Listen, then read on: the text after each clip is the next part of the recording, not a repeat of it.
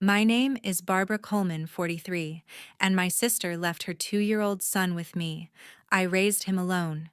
At 20, he built an app worth $2 million. Then she stormed back with a lawyer demanding his money. I froze. Our lawyer said we could lose everything, but my nephew whispered, "Just let her speak." Her papers custody claims financial records looked real, saying she'd been there all along. 18 years of lies, yet she stood there smirking. I'm a data analyst in Charlotte, North Carolina. This is our story. 18 years ago, my sister showed up at my apartment, her toddler clutching her hand. "Just a few weeks," she said, handing me his bag. She vanished. I was 25, not ready to be a mom. But he became my everything. Doctors said he'd never talk. They didn't know him. By 20, his education app had companies lining up $2 million. Then my doorbell rang. My sister, polished with a lawyer waving documents. "He's my son," she said. "I deserve his money." I couldn't move. Our lawyer frowned. "Her papers look legal, Barbara. She might win." My nephew sat calm watching her. He had a plan. Want to see how a 20-year-old flipped a courtroom, smashed that subscribe button, and hit the bell? You won't believe what's next.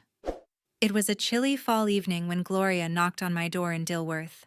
She stood there with her 2-year-old son, looking exhausted, her coat buttoned tight. "Barbara, I need your help," she said, her voice low. "Things are tough right now.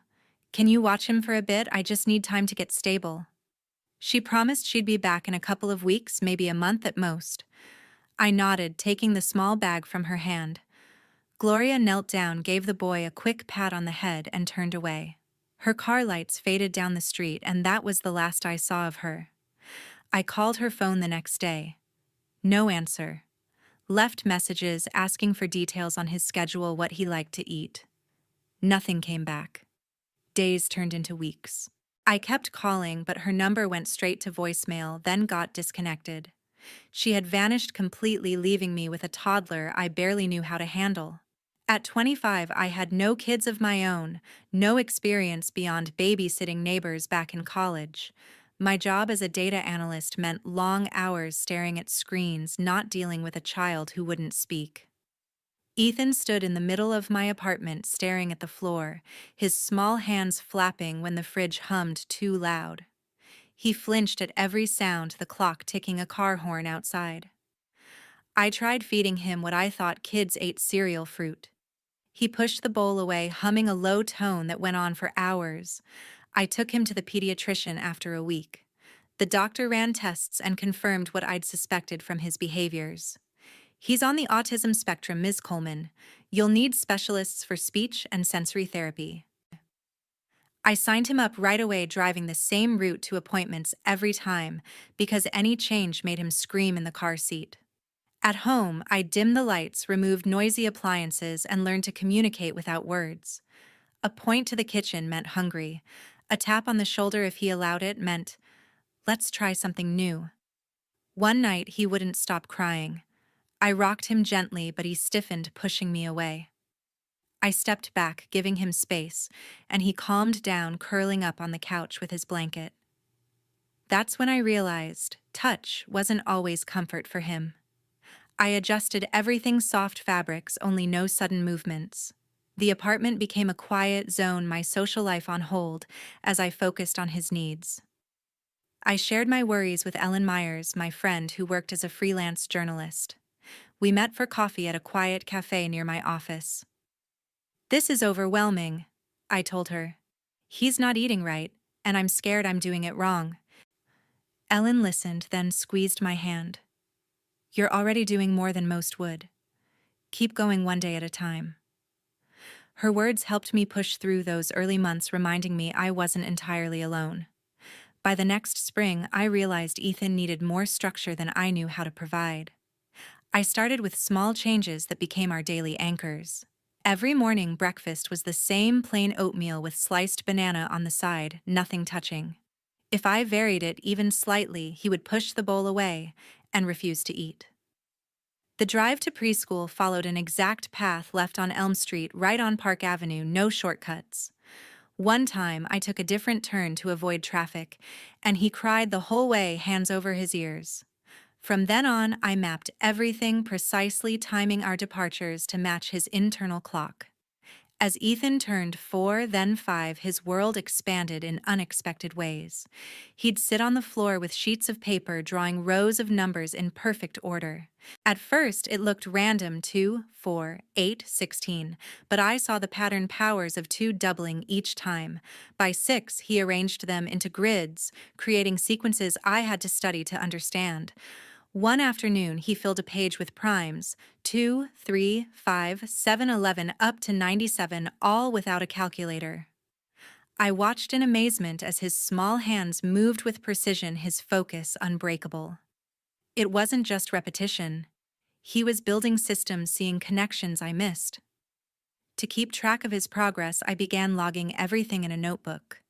Utility bills went into one section marked with dates when payments cleared. Preschool schedules in another, noting every drop-off and pickup time. Therapy appointments got their own tab with notes on what worked. Quiet rooms helped, loud toys didn't. This record became my lifeline, showing how far he'd come from those silent days. When the power company sent a wrong charge, I pulled out the logs to dispute it, proving our usage patterns hadn't changed. Gloria stayed silent through it all. No calls, no letters, nothing. Her absence hung over me like a shadow, especially on tough days when Ethan wouldn't leave his room.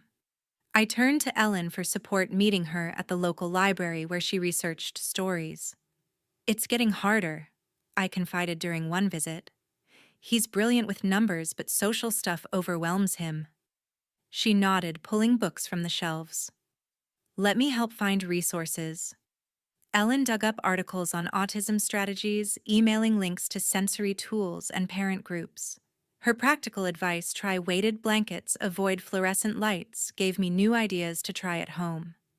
Around age 5, Ethan picked up a drawing board I bought on impulse. He sketched simple icons at first: a circle for food, a line for walk. Soon he combined them into messages: circle plus arrow meant hungry now. It was his way of bridging the gap, showing logic in every stroke. One evening, he drew a question mark next to a stick figure of a woman. I sat beside him, heart tight. "That's about your mom," I said softly. He erased it, then redrew a house with 2 figures inside me and him.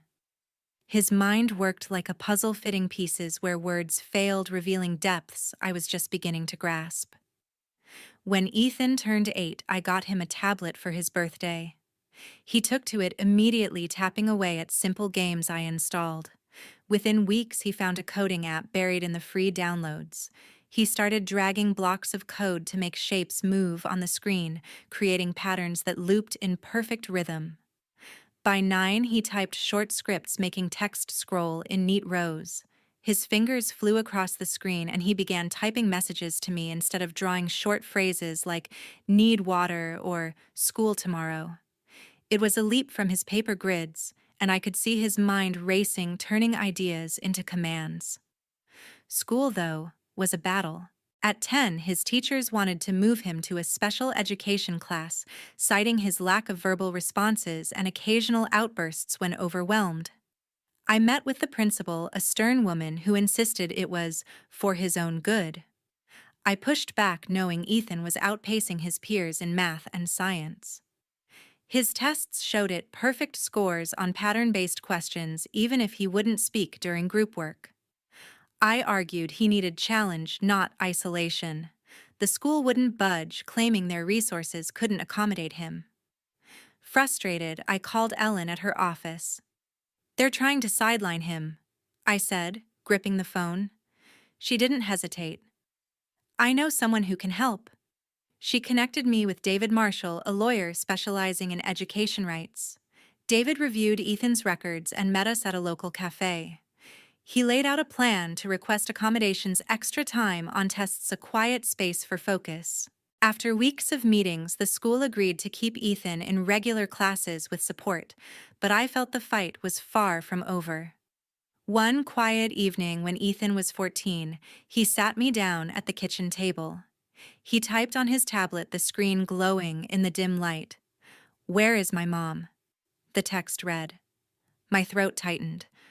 I'd known this question would come, but it still hit hard. I looked into his steady eyes and chose honesty. "Gloria couldn't stay," I said. "She had her own struggles, and I don't know where she is now." He nodded once, then typed, "You're enough." My heart swelled, but I saw the flicker of curiosity in his gaze. He didn't ask again, but I knew he was processing it in his own way. Ethan's tablet became his vault. He digitized everything: school schedules, therapy notes, even my utility bills. By 16, he'd built a system to organize them, color-coding entries with labels like paid or pending. He showed me one day, tapping through folders he'd created for every month. "This is better," he typed, pointing to a graph of our electricity usage. I stared at it, stunned. He'd spotted a billing error of $50 overcharge before I did. I called the company, armed with his data, and got it corrected. His knack for patterns wasn't just numbers anymore. It was order precision, a way to control his world. I watched him grow, not just in height, but in focus. He'd spend hours tweaking his coding projects, building small apps for fun, a timer for his homework, a tracker for his favorite books. Ellen came over one weekend, marveling at his progress. "He's going to outsmart us all," she said, laughing as he showed her a game he'd coded. I nodded, but inside I worried. His talent was undeniable, but the world wasn't always kind to kids like him. I kept pushing, enrolling him in a summer coding camp in Charlotte, where he thrived among other tech-savvy kids. His teacher there sent me a note. "He sees patterns others miss." That stuck with me, a quiet confirmation of what I'd always seen. By the time Ethan was 18, he'd outgrown the simple coding apps, spending hours on online courses for advanced programming. He taught himself Python, then tackled machine learning, staying up late to debug algorithms. I'd find him at the kitchen table, eyes fixed on the screen lines of code scrolling as he built tools to organize data faster. His focus was intense, almost otherworldly, but he'd pause to type me a message, "Need coffee." I'd smile, sliding a mug his way, marveling at how far he'd come from those early number grids. He started working on an app to help kids like him, those on the autism spectrum. It used AI to adapt lessons to their pace, breaking down math or reading into patterns they could follow. He showed me a prototype one night, a clean interface with interactive visuals. "It adjusts," he typed, pointing to a feature that shifted colors based on user response. I was stunned. It wasn't just clever. It was purposeful, built from his own experience. Supporting him stretched my budget thin. My data analyst salary covered our basics, but his projects needed more: a faster laptop, cloud storage for his datasets. I cut back on eating out, skipped vacations, and bought him a new computer for his 19th birthday. He hugged it like it was gold, then got right to work coding through the night. By early 2025, when Ethan was 20, his app caught the eye of a Charlotte-based education company.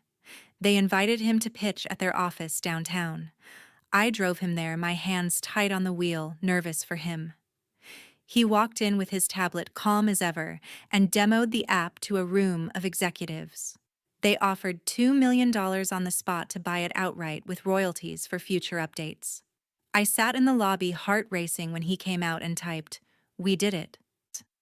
I hugged him, tears in my eyes, knowing this was his victory earned through years of quiet determination. Ellen caught wind of his success through a tech newsletter. She called me the next day, voice buzzing with excitement. "This is huge, Barbara. Let me write about it." Her article, published in a regional magazine, detailed how a young man with autism built a game-changing education tool. She described his focus, his innovation, without pity or exaggeration, just the truth of his talent. The piece spread fast, picked up by online blogs and local news sites. By the end of the week, Ethan's name was trending in Charlotte's tech circles. Strangers emailed me praising his work, asking for interviews. One parent wrote, "Your nephew's app helped my daughter read her first sentence." I showed it to him and he typed back, "Good." That was enough for him. But the attention made me uneasy. Ethan's world was structured, predictable. Sudden fame wasn't. I worried about the pressure, the eyes on him. At home, he kept coding unfazed, but I noticed him checking his tablet more often, reading comments on Ellen's article. People talk a lot. He typed one evening, his face neutral. I nodded, unsure how to shield him from the noise. I called Ellen to vent. "This is amazing, but it's a lot," I said over coffee at her favorite spot in Dilworth. She leaned forward, her notebook open. "He's strong, Barbara. You raised him that way. But I'll keep the focus on his work, not his personal life." Her next piece highlighted the app's impact, steering clear of our family history, which eased my mind. Ethan, meanwhile, kept refining his app even after the sale. He added features based on user feedback, staying up late to test updates. I'd find him asleep at his desk, tablet still glowing. His drive wasn't about the money, it was about solving problems. I saved every cent of his earnings in a trust, knowing he'd want to build more someday. Still, I couldn't shake a quiet fear. Success this big drew attention, and not always the kind we wanted. 2 weeks after Ellen's article, my doorbell rang on a quiet Tuesday. I opened the door to find Gloria, now 40, standing there in a sharp blazer, her hair pulled tight. Beside her was a man in a suit holding a leather briefcase. "Barbara, this is William Burke, my lawyer," she said, her voice calm but edged with purpose. "We need to talk about my son." My stomach dropped. She stepped inside without waiting for an invitation, Burke following with a nod. I closed the door, my hands trembling as they sat at my kitchen table. Gloria slid a folder across to me. "These prove I've been part of his life," she said, tapping the papers. I opened it. My eyes scanning pages that looked official, a co-parenting agreement dated 2007, receipts for child support payments, even a log of supposed visits, dates, times, places. None of it was real. I'd raised him alone for 18 years, and she knew it. "You've done well with his money," she added, her smile thin. "But I'm his mother. I deserve my share." Burke leaned forward, his tone measured. "We're seeking custody and a portion of his earnings. These documents support our case." I felt the room tilt. Her papers looked flawless. Stamps, signatures, watermarks. How could she fake this? I stammered. "You left him? You never called?" Gloria's eyes narrowed. "Check the logs," she said. I was always there. My mind raced, picturing Ethan's $2 million trust. She wanted it all. I excused myself, stepping into the hallway to call Ellen. "She's back," I whispered, voice shaking, "with a lawyer and papers that say she never left." Ellen's voice was steady. "Don't panic. I know someone who can help." She gave me the number for Michael Dean, a lawyer with a reputation for family disputes. I met him the next day at his office in Uptown Charlotte. He was tall with a calm demeanor, and he listened as I poured out the story: Gloria's absence, Ethan's success, her sudden return. I handed him her folder. He flipped through it, his brow furrowing. "These look convincing," he said, setting the papers down.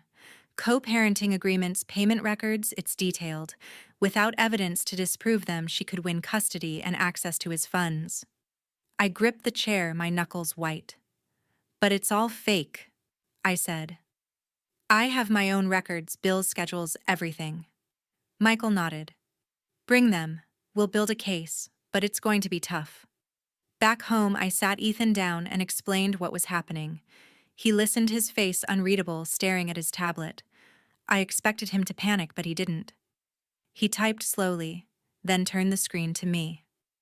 "Let her speak," it read. I froze, confused. "What do you mean?" I asked. He met my eyes, steady and sure, then typed again, "Trust me." His calm rattled me, but I nodded. I'd spent 18 years trusting him through every challenge. This was no different. I spent the next days digging through my files, every bill, every therapy note, every school report I'd kept since he was 2. I handed them to Michael, who organized them into a timeline of our life together. He warned me again. Her documents are strong. We need something concrete to expose them. I felt helpless imagining losing Ethan, losing everything we'd built. Gloria's confidence haunted me, her smile, her certainty, as if she'd planned this for years. I kept seeing those fake visit logs dates when I knew she was nowhere near us. Ethan, though, stayed focused. He spent hours on his tablet not coding this time, but reviewing something I couldn't see. When I asked what he was doing, he typed, "Checking." I didn't push, but his quiet determination gave me a flicker of hope. Maybe he saw something I didn't. The courthouse in Charlotte felt smaller than I expected that morning. Its narrow halls echoed with footsteps as Ethan and I walked to the hearing room, Michael Dean by our side. My stomach churned knowing Gloria and her lawyer Burke would be waiting. We settled at our table and I glanced at Ethan. He sat straight, tablet in hand, his face calm as ever. I clutched my folder of records, years of bills, schedules, notes, hoping they'd be enough. The hearing began, and Burke stood first. He presented Gloria's documents with confidence, laying out the co-parenting agreement receipts and visit logs. Gloria took the stand, her voice steady as she spun a story of staying in touch. "I called regularly," she claimed, looking at the judge. "I sent money when I could, visited when work allowed." I gripped the table, my nails digging in. Every word was a lie, but her papers backed her up. Dates, amounts, even handwritten notes. The judge, Helen Price, nodded as she reviewed them, her expression unreadable. My heart sank. How could we fight this? Michael stood to present our case.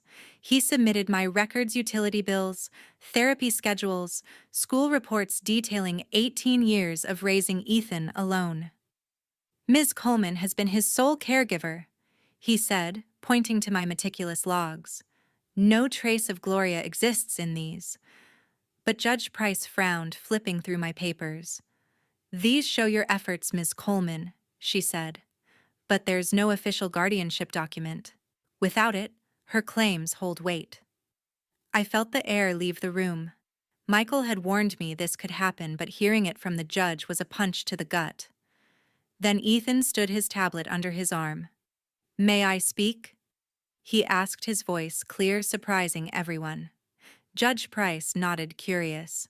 He walked to the front, connected his tablet to a projector, and opened an app he'd built. "This analyzes document metadata," he said, tapping the screen. A chart appeared showing creation dates for Gloria's files. "These were made last month." He continued, zooming in. "The signatures are digitally altered, fonts don't match, spacing is off." He clicked again, revealing inconsistencies in the receipts, duplicate transaction IDs, mismatched bank codes. The room went silent. Burke shifted uncomfortably, and Gloria's face tightened. Ethan wasn't done.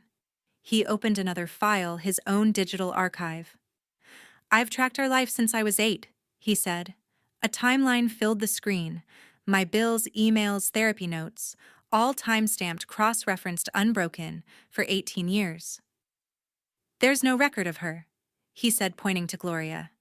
"No calls, no visits, no payments." He displayed an email from 2007, me, begging Gloria to respond, sent to an address that bounced. Judge Price leaned forward, her eyes sharp. "This is compelling, young man," she said. "How did you build this?" "It's what I do," Ethan replied simply. "I see patterns." I stared, pride mixing with disbelief. He'd turned his talent into our defense. Judge Price called a recess to review both sides. An hour later, she returned, her voice firm. "The evidence shows Ms. Coleman's sole care of the child. The respondent's documents are fraudulent." She looked at Gloria. "You've committed perjury and attempted fraud. I'm fining you $10,000 and issuing a no-contact order regarding the minor and his assets." She turned to me. "Ms. Coleman, guardianship is formally granted to you." I exhaled tears, burning my eyes. Ethan squeezed my hand, his face still calm, but his grip tight. Gloria left the courtroom without a word, Burke trailing behind. I never saw her again. The victory felt heavy, but Ethan's steady presence grounded me. He'd saved us not with anger, but with precision. Months later, Ethan used his app earnings to start a company in Charlotte focused on tech tools for people with autism. He hired Justin Reed, a coder with a knack for user interfaces, and Wendy Cole, a therapist who tested accessibility. "I want to give others a chance," he told me one evening, typing on his tablet. "Like you gave me." His team grew, hiring people who, like him, saw the world differently. I watched him lead, quiet but certain, building something bigger. Benji. Ellen wrote about it in a new article focusing on Ethan's mission and our journey. She called it a story of justice and family, not just his success. "You two show what love can do," she told me over coffee, her pen still scratching notes. Her words stuck with me. Love, persistence, and truth had won. One night, Ethan sent me a message from his room. "Thank you. We're family." I stared at the screen, my heart full. His words captured everything: 18 years of struggle, trust, and triumph. Our story wasn't just about winning a case, it was about building a bond no one could break. Gloria faced the consequences of her lies: a fine and a no-contact order cut off from Ethan's life for good. Her attempt to exploit his success failed because truth and evidence prevailed. What would you do in this situation? Let us know in the comments. If this story had you on the edge of your seat, smash that like button and subscribe for more jaw-dropping family drama, shocking betrayals, and the revenge stories you won't believe.